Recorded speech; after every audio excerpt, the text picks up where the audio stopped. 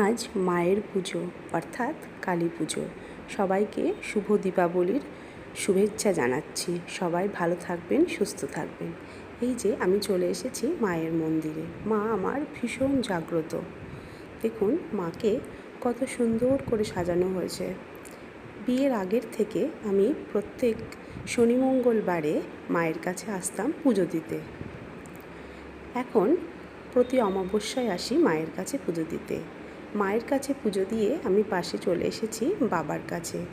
যথারীতি বাবার মাথায় ফুল দিয়ে বাবাকে আকন্দর মালা পরিয়ে এবং বাবার কাছে প্রার্থনা করে আমি আবার চলে এসেছি বাইরে মায়ের এখানে।